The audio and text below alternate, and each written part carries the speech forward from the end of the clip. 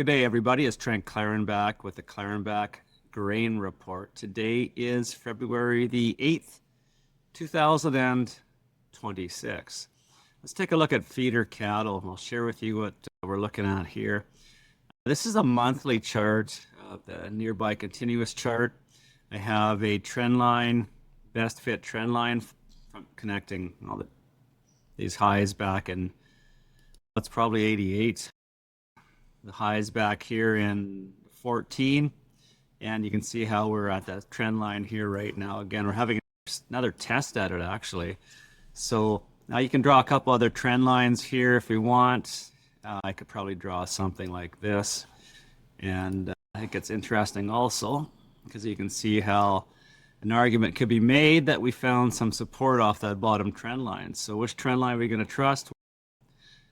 I guess time will tell, right? But it looks pretty interesting. Generally, the longer term trend line, if you're above that trend line, it's got the most strength. So maybe this thing is going higher, but it's really hard to say.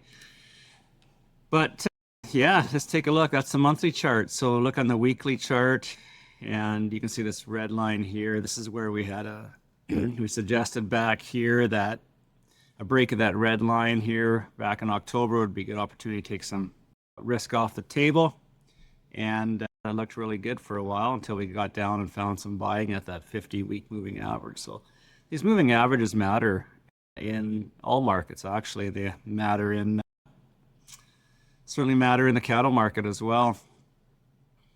Let's just clean that up here. Let's get rid of this thing. Yeah, so that's the weekly chart.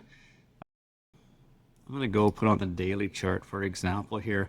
I'll share with you what we're looking at here. We actually entered into with the producer here, entered into a short position on the March futures around 371.40. So the high yesterday on Friday was 371, just under 372. I don't typically like to do things on a Friday, but I did this time. We did that. We entered into a short, took a small starter position. I just saw some stuff on RSI that I was looking at on the MACD, so we'll see where that goes. We have a fairly tight stop on it. We're not going to let this thing get away on us. I'm going to cover down here around 350, 351, somewhere in there. So again, that lines up with, there's a Fibonacci level down there. Also lines up with this green 50-day moving average. We take a look at this Fib level, and we're going to take some profits around that 350, 351 level. Historically, that was the low here, and there's still some Fibonacci's getting played with around here. So we're going to take some risk off the table on this short. If it gets down there, take some profits and just constantly reassess. But right now, we like our entry on the short position at 371.4, I think we're at. So anyways, that's what we're looking at. Let's take a look at live cattle and see live cattle here. Yeah, live cattle, similar idea.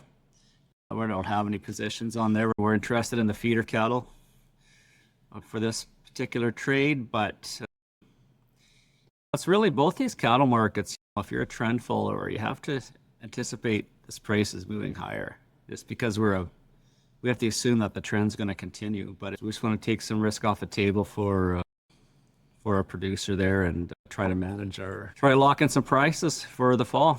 My name is Trent Klarenbach. It's sunny in Saskatoon. Life's good.